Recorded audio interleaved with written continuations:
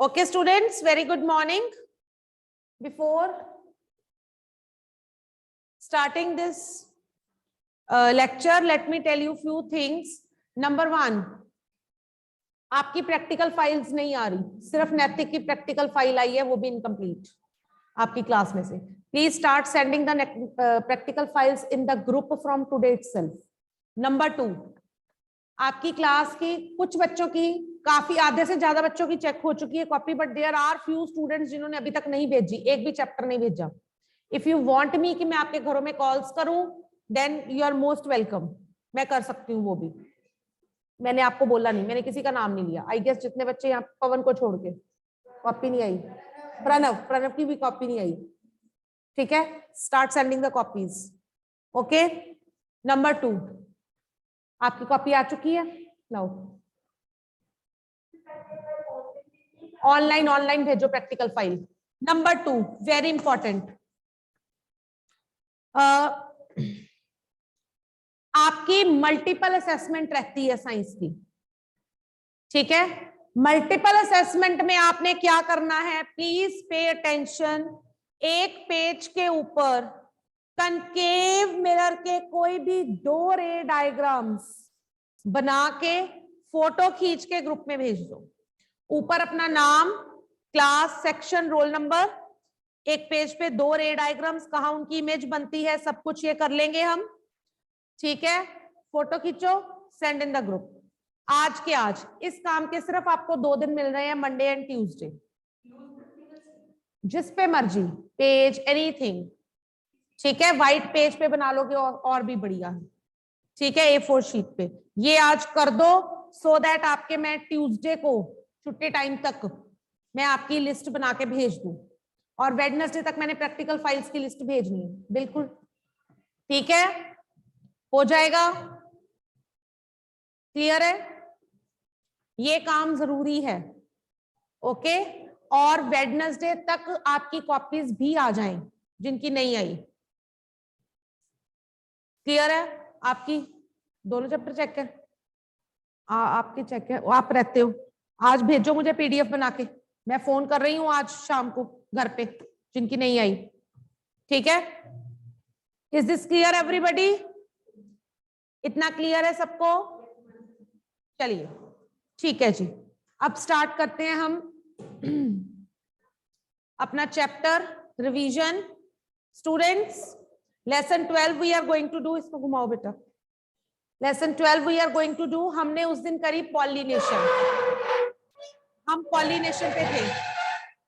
We were on pollination. उठा के करते हैं. We were on pollination, right? Clear है? पॉलिनेशन क्या होती है? Who will tell me? Who will tell me what is pollination? हाँ जी मिष्टी, बताइए बेटा. Transfer of pollen grains from anther to stigma of pistil. हाँ जी, हमने लैब में भी देखा उस दिन किस तरह से पोलन ग्रेन्स हैं जो ट्रांसफर होते हैं to the stigma of pistil. ठीक है, उसके बाद हमने करा पॉलिनेशन 2 तरह से हो सकती है. 2 मोड्स हैं उसके, सेल्फ पॉलिनेशन, क्रॉस पॉलिनेशन. अब यहां तक हमने थ्योरी पार्ट कर लिया था. ठीक है, हमने ये भी करा पोलन ग्रेन्स के बाहर एक टफ प्रोटेक्टिव कवरिंग होती है, कोट होता है, कोट टाइप होता है, हार्ड प्रोटेक्टिव कोट. आगे आ जाओ. हार्ड प्रोटेक्टिव कोट होता है जिससे वो ड्राई नहीं होते, उनको कोई नुकसान नहीं पहुंचता. हाँ, जब वो फर्टिलाइजेशन के लिए रेडी होते हैं तो उनका कोट ब्रेक कर जाता है. ठीक है, उसके बाद स्टूडेंट्स ऐसा है, अब क्वेश्चन ये है, ये जो पोलन ग्रेन्स हैं ये स्टिग्मा तक पहुंचे कैसे?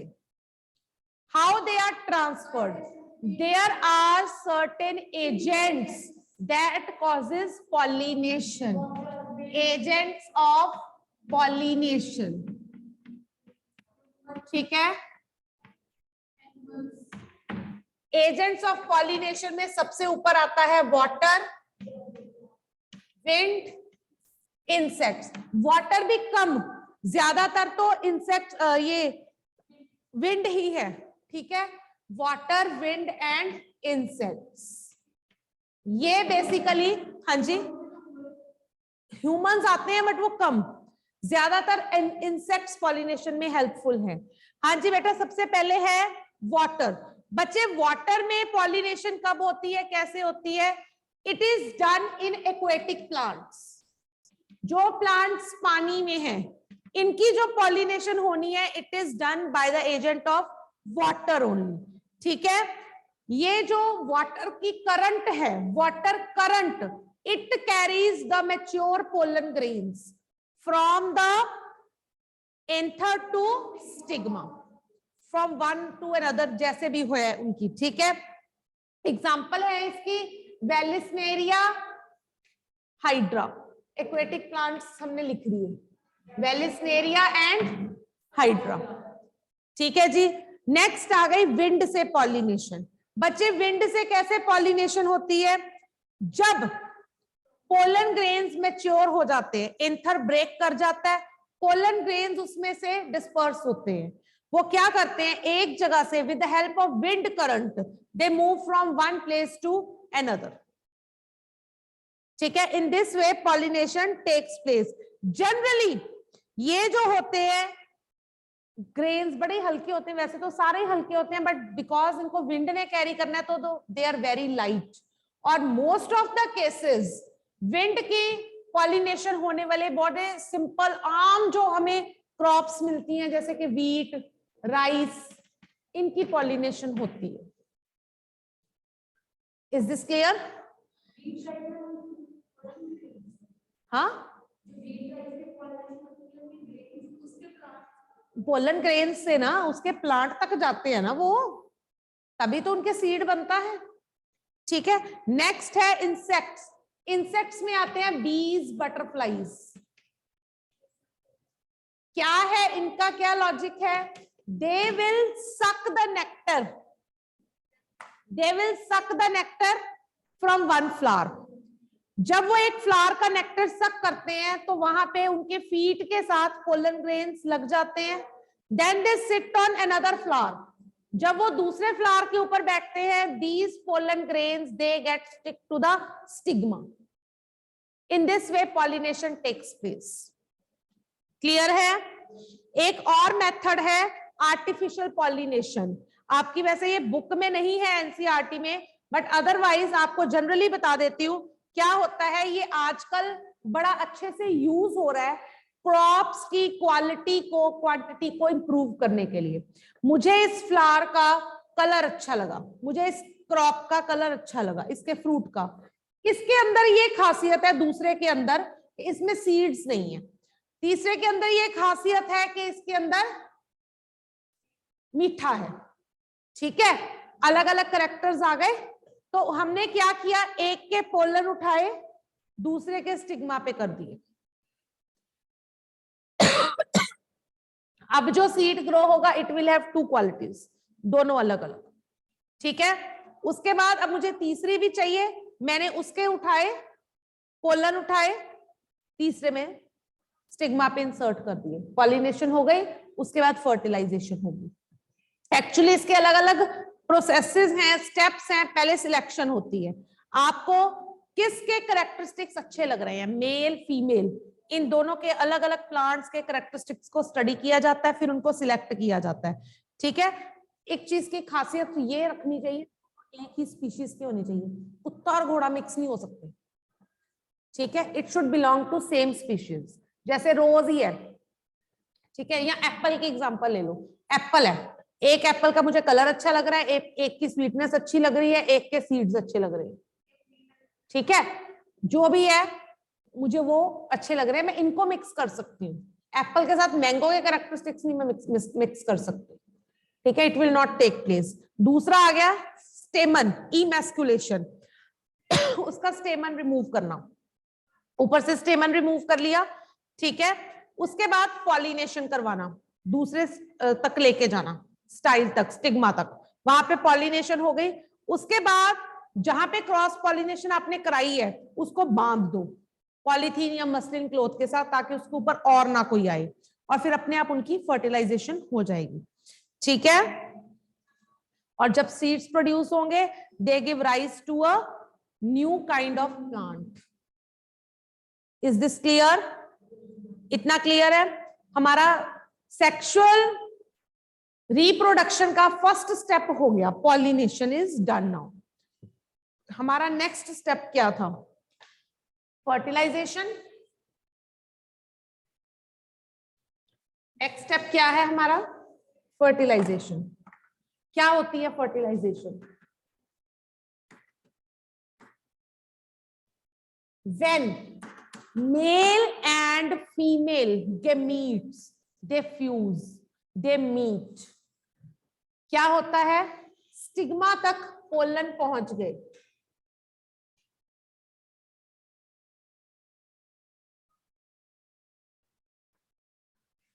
स्टिग्मा तक पोलन पहुंच गए। अब यहां से क्या होना है?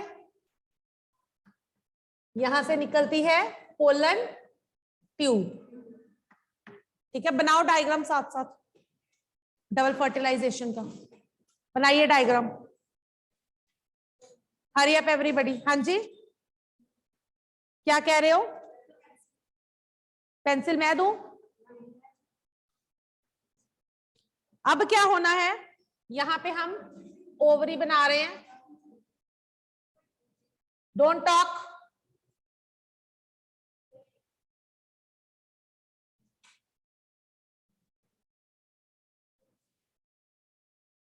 ये हमने बना लिया, ठीक है जी, क्लियर है?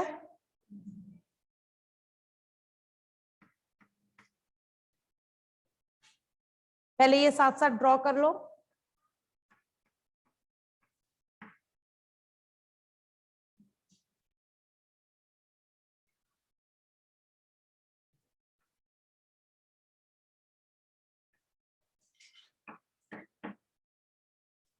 इस तरह से ही हो गया। अब इट विल रीच हियर, यहां पे, ठीक है जी।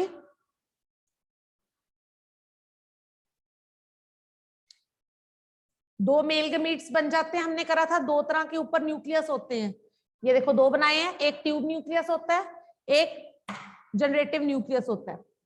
ट्यूब न्यूक्लियस पोलन ट्यूब बनाता है जर्म सेल्स के साथ मिलके। ये जो जनरेटिव न्यूक्लियस है, दो मेल न्यूक्लियाई में ट्रांसफर हो जाता है। ये दो मेल गमीट्स बन गए, मेल गमीट्स। इसमें से एक जाएगा पीछे वाला, इट विल फ्यूज। ये ना इरेज करके दोबारा बनाती हूँ, हौच पौच होया पड़ा है। ये देखिए, ये दो मेल न्यूक्लियाई बना दिए, मेल गमीट्स बना दिए हैं मैंने। अब ये जो है इट विल रीच हेयर, ठीक है, दूसरे वाला। क्लियर है? ये यहां तक पहुंचा। अब लेबलिंग स्टार्ट करेंगे हम। ये है पोलन ग्रेन, इसने बनाई पोलन ट्यूब। ये दो मेल न्यूक्लियाई बने या मेल गमीट्स बने, ठीक है। उसके बाद ये क्या बना? Embryo sac.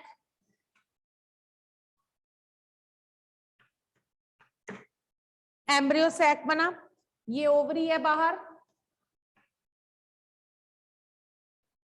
राइट। उसके बाद दिस इज पोलर न्यूक्लियाई।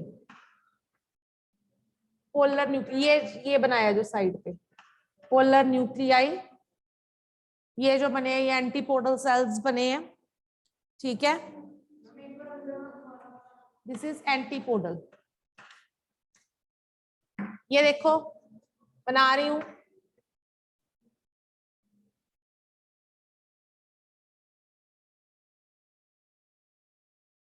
बन गया,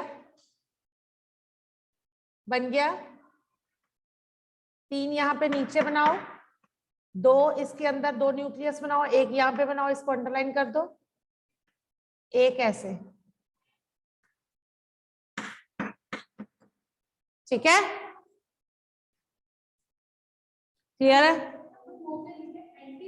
एंटीपोडल रहने दो, ये आपको नहीं ना करवाया हुआ, रहने दो, छोड़ दो, नहीं करवाया तो बस, दैट्स ऑल। ये है बाहर वाले को, दिस इज ओवरी, ओवरी के अंदर ओव्यूल होते हैं ना, दिस इज ओवरी। क्लियर है स्टूडेंट्स?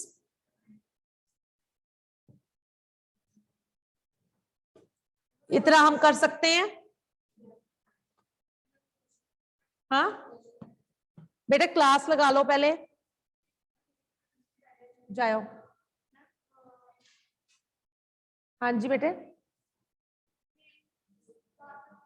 एक मिनट मुझे ना स्क्रीनशॉट ले लेंगे। हाँ जी बोलिए बेटा। ये मेल गेमीट्स, ये दोनों मेल गेमीट्स हैं। ये आपके ना चौक नहीं चल रहे एक्चुअली,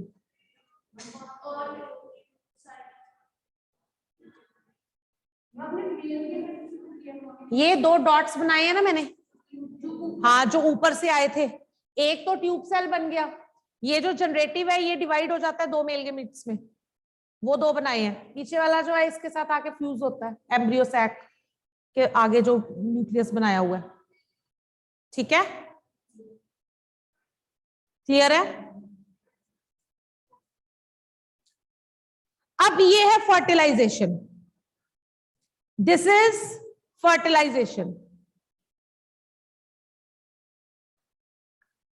क्या है fertilization? Fusion of male gamete with the female gamete is fertilisation.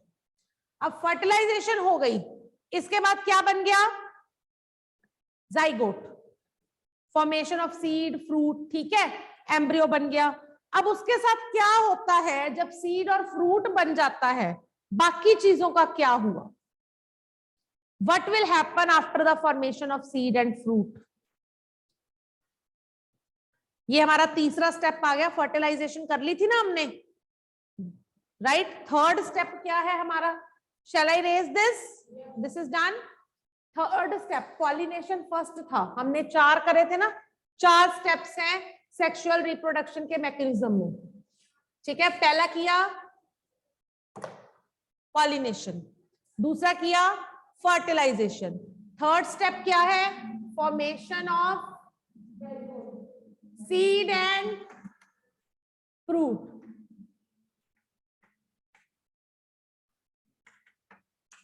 Seed and fruit की फॉर्मेशन। अब जब इनकी फ्यूजन हो गई, सीड बन गया, बाकी की चीज फ्रूट बन गई, क्या होता है, कैसे होता है? फर्स्ट ओवरी जो है इट स्वेल्स, ओवरी स्वेल कर जाती है, राइट? ओवरी की स्वेलिंग हो गई एंड फॉर्म फ्रूट। ओवरी क्या बन गई? फ्रूट बन गई and it develop to form fruit. ठीक है, एक्चुअली अगर हमें बताना हो फ्रूट होता क्या है, अगर कोई पूछे what is a fruit, it is a ripened ovary, पकी हुई ओवरी। ठीक है, ये 6th में भी आपको कराया था, fruit is a ripened ovary. ठीक है, ओवरी क्या है? अब वो सारा फ्रूट बन गई। ठीक है, ओव्यूल्स, जो ओव्यूल्स हैं they become seeds, ovules become seeds, right? Seed के अंदर क्या होता है? Embryo. Seed contains embryo, embryo मतलब बेबी प्लांट, न्यू बॉर्न तो हुआ ही नहीं अभी, इट इज बेबी प्लांट, अभी तो वो अंदर ही हुआ है। ठीक है, देन उसके बाद इसके अराउंड होते हैं कॉटिलिडन्स, सीड के अराउंड कॉटिलिडन्स।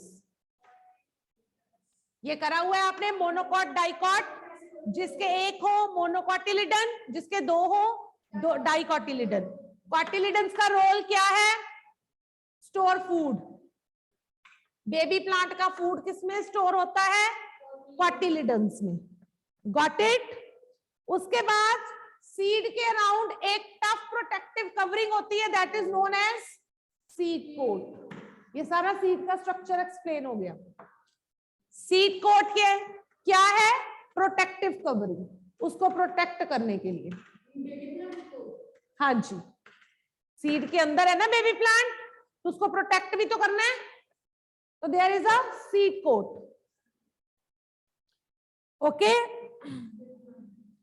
बाकी के जो पार्ट्स रह गए, stigma, style, stamen, they dry off. Other parts, they dry off and fall.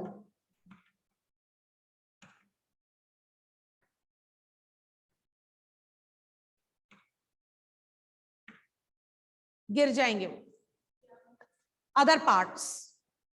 ठीक है जी। अब इट मींस जिस पार्ट पे, जिस जगह पे, जिस प्लेस पे हमारे पास फ्लावर था, अब उस जगह पे हमारे पास क्या है? Fruit. Now there is a fruit in place of flower. ठीक है, अब हमारे पास सीड आ गया। ठीक है, सीड से अब सीड ने अब डिस्पर्स करना है, फ्रूट के अंदर नहीं रहेगा। बेबी प्लांट तभी ग्रो करेगा जब उसकी डिस्पर्सल होगी। तो डिस्पर्सल, अब हमारा टॉपिक है dispersal of seed.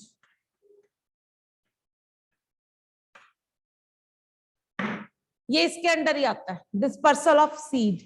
What is the meaning of dispersal? Dispersal का scattering of seeds away from the mother plant. It is known as dispersal of seed. क्या होती है dispersal? Scattering of seed away from the mother plant. Why scattering or why dispersal is necessary? Dispersal की जरूरत क्या है? Scattering की जरूरत क्या है? If all the seeds will fall at one place, means so many plants will grow at the same place and they will compete for air, water, sunlight and minerals, and so growth will be hampered. ठीक है students, is it clear? अच्छा, आगे बढ़ने से पहले agents of dispersal शुरू करने हैं। कुछ बच्चे और आ गए हैं, आपको मैं बता दूं। नंबर 1, आपका वेडनेसडे को टेस्ट है लेसन 12 का। Got it? हाँ जी, इसी का लेसन 12 का क्लास टेस्ट है। Number 2, start sending practical files. और जिन बच्चों ने अभी तक कॉपीज के पीडीएफ नहीं भेजे, there are few defaulters, please भेज दो आज के आज। Is this clear? And number 3, the 4 most important thing, multiple assessment, वो तो हर हाल में आ जाए। कईयों ने तो सब्जेक्ट एनरिचमेंट भी नहीं भेजी, जो डिफॉल्टर्स हैं उनके आज 0 लग जाएगी। सब्जेक्ट एनरिचमेंट भेज दो। हाँ जी लक्षित। मैम मल्टीपल असेसमेंट वो मिरर वाली एक्टिविटी है ना? मिरर, हाँ, कनकेव मिरर वाली मल्टीपल असेसमेंट। 2 डायग्राम्स आपको 2 रे डायग्राम्स बना के भेजनी है, एनी 2 रे डायग्राम। ठीक है, कोई भी, हाँ हाँ, वो तो सब्जेक्ट एनरिचमेंट है। नहीं नहीं, लक्षित कहाँ है? वेयर इज लक्षित? हाँ जी लक्षित। Ma'am yes. कौन सी पूछ रहे हो आप? मैम वो जो जिसमें पोयम लिखी थी? Ma'am yes. बेटा वो पोयम तो सब्जेक्ट एनरिचमेंट थी, उसके नंबर लगा दिए हैं मैंने, जब आपने छुट्टियों के बाद होमवर्क था। ठीक है, ओके। उसके बाद अब रह गई हमारी मल्टीपल असेसमेंट। मल्टीपल असेसमेंट में आपको मैंने बोला है कनकेव मिरर करवाए हैं ना आपको, उनके 2 रे डायग्राम बना के भेजने हैं। एक पेज पे ऊपर अपना नाम, क्लास, सेक्शन, रोल नंबर लिखोगे, नीचे कोई भी 2 रे डायग्राम्स बना दो। ऊपर लिखो कौन सी प्लेस पे आप ऑब्जेक्ट को रख रहे हो, इमेज कहाँ पे बनेगी, कैसी बनेगी, सब बने लिखोगे। डायग्राम्स बनाओगे, 2 फोटो खींचोगे, ग्रुप में डाल दो। एक पेज पे एक ही फोटो, पीडीएफ नहीं खोलूंगी मैं। ठीक है, क्लियर है? चाहे A4 शीट ले लो, ग्रुप में भेज दो, क्योंकि एक को देख के फिर बाकी भी भेजना शुरू कर देते हैं। नाम इसलिए लिखने को बोला है ताकि कोई आपकी फोटो ना फॉरवर्ड कर दे। ऊपर अपना नाम, क्लास, सेक्शन, रोल नंबर लिखो। हाँ, एडिट, अरे इस हिसाब से करना ना कि आपका नाम आपकी इमेज के साथ ही आए। ठीक है, क्लियर है, हो जाएगा। आज के आज ये भेज दो मुझे मल्टीपल असेसमेंट, मैक्सिमम कल मैंने लिस्ट बना के भेजनी है। ठीक है, और आज मैं डिफॉल्टर्स की लिस्ट डाल दूं फिर कॉपीज वालों की कि फोन करूं? यही तो चेक है, इसलिए तो बोल रहा है। फिर मैं आज का दिन देती हूं, मैंने पर्सनल मैसेजेस भेजने शुरू कर देने हैं फिर, एंड कल फोन। क्लियर है? आपकी कॉपी नहीं आई सर? Any doubt? चलिए, coming to agents of dispersal. हमने डिस्पर्सल कर लिया, हमें ये कर लिया। अच्छा, एडवांटेजेस ऑफ डिस्पर्सल लिखिए, advantages of dispersal.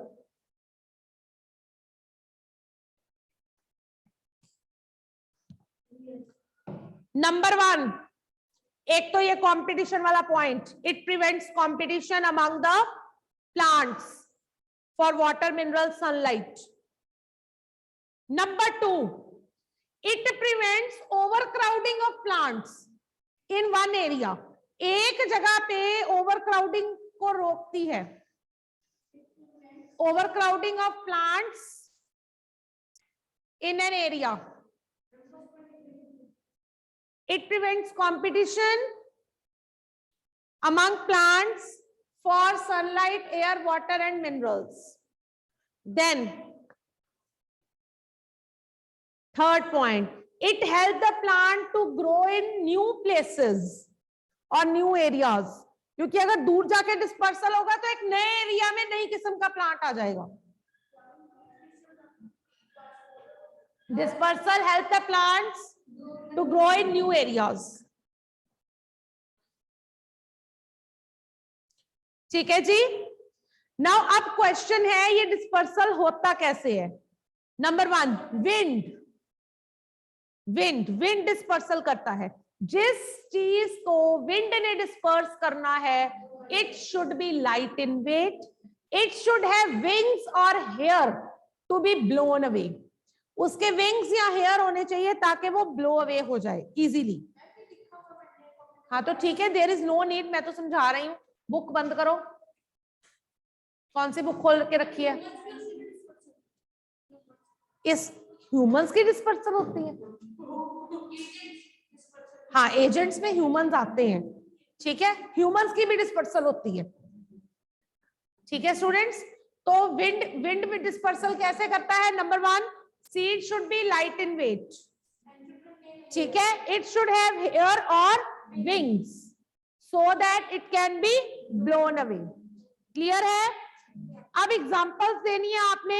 Drum stick plant, इसमें विंग्स होती हैं। कॉटन, इसके हेयर होते हैं। Grasses, they are very light in weight. हाँ बिल्कुल बिल्कुल बिल्कुल बिल्कुल। हाँ, देन नंबर, हाँ नेक्स्ट है वाटर के साथ डिस्पर्सल बाय वाटर। बच्चे, जिसने पानी में डिस्पर्स होना है, it should float, it should have floating ability. क्योंकि अगर वो सिंक कर गया तो इट विल नॉट फ्लोट, वो नीचे बैठ जाएगा, it will sink down. So the seed that is to be dispersed by water, it should have floating ability. तो इस फ्लोटिंग एबिलिटी के लिए इट शुड हैव फाइब्रस और स्पॉन्जी आउटर कोट। क्योंकि अगर हार्ड होगा तो इट विल सिंक डाउन, वो हैवी हो जाएगा। अगर स्पॉन्जी होगा तो it will be light in weight, तो इस तरह से वो फ्लोट करेगा। क्यों? जो चीज फिल्ड होगी अंदर से, जो अंदर से खोखली होगी वो लाइट होगी, जो चीज फिल्ड होगी वो क्या होगी? क्यों ग्रो करेगा? अभी तो सीड है, वो उसको सारी कंडीशंस चाहिए, सिर्फ वाटर थोड़ी लेना है उसने। अच्छा देखो, एक सिंपल सी एग्जांपल है, बर्ड्स का कैरेक्टरिस्टिक फीचर है why do they fly, they have hollow bones. Hollow means अंदर से वो खाली है, ठीक है, सिर्फ बोन्स हैं। We can not fly, we don't have hollow bones, हमारे अंदर बोन मैरो है जो उसको मास देता है, वेट देता है, ठीक है। So that is why the seed which is to be carried it should have floating ability. किस फॉर्म में? In the form of fibrous और स्पॉन्जी कोट। एग्जांपल है इसकी coconut. Coconut has a thick fibrous coat which float from one end to the other end of the sea or river with the help of water current, ठीक है। इसी तरह अगर पानी के अंदर जो रह रहे एक्सक्यूज मी, पानी के अंदर जो रह रहे हैं वाटर लिली प्लांट्स, ठीक है, वाटर हियासिंथ, ये जो सारे हैं इनके स्पॉन्जी कोट्स हैं, जिस वजह से इनके सीड्स एक जगह से दूसरी जगह फ्लोट करते हैं। थर्ड है dispersal of seeds and fruits by animals. Animals कैसे करते हैं? बेस्ट एग्जांपल है, हमने किया था, कुछ फ्रूट्स की हुक्स डेवलप हो जाती है on their surfaces. These seeds with hooks they get attached on the bodies of the animals. हाँ ठीक है, तो दे गेट, उड़ते नहीं होते, वो कॉटन के होते हैं, वो उसके साथ ही लगे होते हैं, ठीक है। जब एनिमल वहां से निकलता है उन फील्ड्स में से, they get attach to the body of the animal, ठीक है। और दूसरी जगह पे जाके जब वो अपनी बॉडी को रब करते हैं, झाड़ते हैं, the seeds fall of and they grow into new plant. इसकी एग्जांपल आपने 5th में करी होगी, ज़ैंथियम, ठीक है, टाइगर नेल्स, ठीक है, ज़ैंथियम। इसी तरह कुछ एनिमल्स जो हैं वो फ्रूट्स खाते हैं, ठीक है, और उनके जो सीड्स हैं वो भी खा लेते हैं। Seeds do not get digested, they come out of the body undigested. Wherever they pass excreta, जहां पे भी वो एक्सक्रीटा पास करते हैं, the undigested seeds come out and they grow into a new plant. But it, हमारा थोड़ा सा topic रह गया, we will finish it tomorrow. और कल हम स्टार्ट करेंगे नया chapter, physical and chemical change. हाँ, अभी क्लास में बैठे हैं, आपने बाहर